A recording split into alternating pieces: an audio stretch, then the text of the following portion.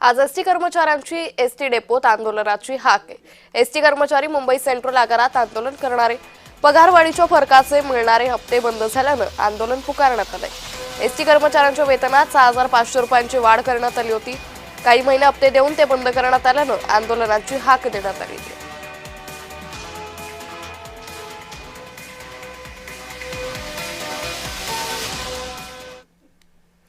राज्यातील एसटी कर्मचाऱ्यांचं बोंब मारो आंदोलन आहे। कर्मचारी 24 फेब्रुवारीला आंदोलन पुकारणारे वेतनवाढीचा फरक हप्ता न मिळाल्यानं आंदोलन पुकारण्यात आलेलं आहे। या महिन्यातही वेतनवाढीचा फरक हप्ता न मिळाल्यामुळे कर्मचाऱ्यांमध्ये तीव्र नाराजी आहे। यासाठी अर्थ खात्यातील अधिकाऱ्यांना जबाबदार धरत बर्गे यांनी तीव्र आरोप केले।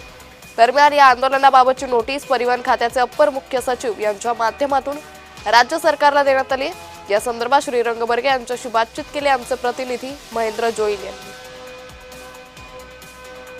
नेमकं काय प्रकार आहे, काय आंदोलन करताय तुम्ही आणि नेमक्या तुमच्या मागण्या काय असणार आहेत? बघा, 13 ऑक्टोबर 25ला सर्व संघटनांच्या सोबत राज्याचे उपमुख्यमंत्री एकनाथ शिंदे आणि परिवहन मंत्री प्रताप सरनाईक यांनी त्यावेळी आंदोलन सुरू झालं होतं, त्या पार्श्वभूमीवर बैठक घेतली होती।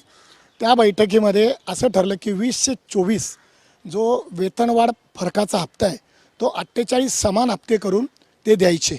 आणि त्या बैठकीला खास बोलवण्यात आलं होतं ओमप्रकाश गुप्ता, जे अर्थ खात्याचे अप्पर मुख्य सचिव आहेत त्यांना, आणि त्यांच्याकडनं वधवून घेतलं होतं। त्याची ऑडिओ क्लिप आमच्याकडे आहे, त्याचे पुरावे आहेत की शिंदे साहेबांनी त्यांना विचारलं, गुप्ता साहेब हे जाहीर करायचं ना, ठीक आहे देणार ना तुम्ही, हो म्हणाले ते। आणि त्याच्यानंतर शिंदे साहेबांनी ही वेतनवाढ फरकाची रक्कम 48 हप्त्यात देण्याचं कबूल केलं।